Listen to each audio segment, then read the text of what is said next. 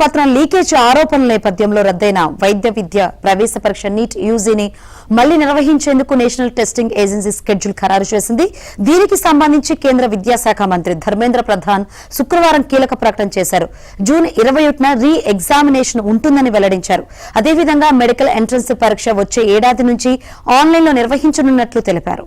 NEET UG పరీక్షకు సంబంధించి అక్రమాల ఆరోపణల నేపథ్యంలో సంస్కరణలో భాగంగా ఈ నిర్ణయం తీసుకున్నట్లు చెప్పారు. పరీక్షను తిరిగి నిర్వహించడంపై సాయంత్రం ధర్మేంద్ర ప్రధాన్ నివాసంలో ఉన్నత స్థాయి సమావేశం జరిగింది.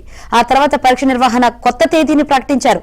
రీ ఎగ్జామినేషన్ లో అభ్యర్థులకు 15 నిమిషాల అదనపు సమయం ఇవ్వనున్నట్లు ధర్మేంద్ర ప్రధాన్ తెలిపారు. జూన్ 21న మధ్యాహ్నం 2 గంటల నుంచి సాయంత్రం 5 గంటల 15 నిమిషాల వరకు ఆఫ్లైన్ విధానంలో పరీక్ష ఉంటుందని తెలిపారు.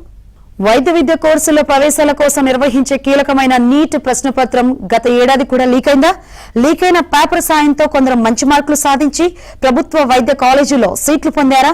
ఈ సంవత్సరం నీట్ లీకేజ్ పై దర్యాప్తు చేస్తున్న సిబిఐ అధికారులు గుర్తించిన పలు అంశాలు ఈ సందేహాలు లేవనెత్తుతున్నాయి. ప్రస్తుత లీకేజ్ కేసులో నిందితులుగా ఉన్న మంగీలాల్ బివాల్, దినేష్ బివాల్ కుటుంబంలోని 5గురికి నీట్ 2025లో మంచి మార్కులు వచ్చి ప్రభుత్వ వైద్య కాలేజీలో సీట్లు పొందినట్లు సిబిఐ అధికారులు గుర్తించారు. ఆ 5గురిలో 4 సాధారణ విద్యార్థులేనని, వారికి 10వ తరగతి ఇంటర్లో సగటు మార్కులే వచ్చాయని తేల్చారు.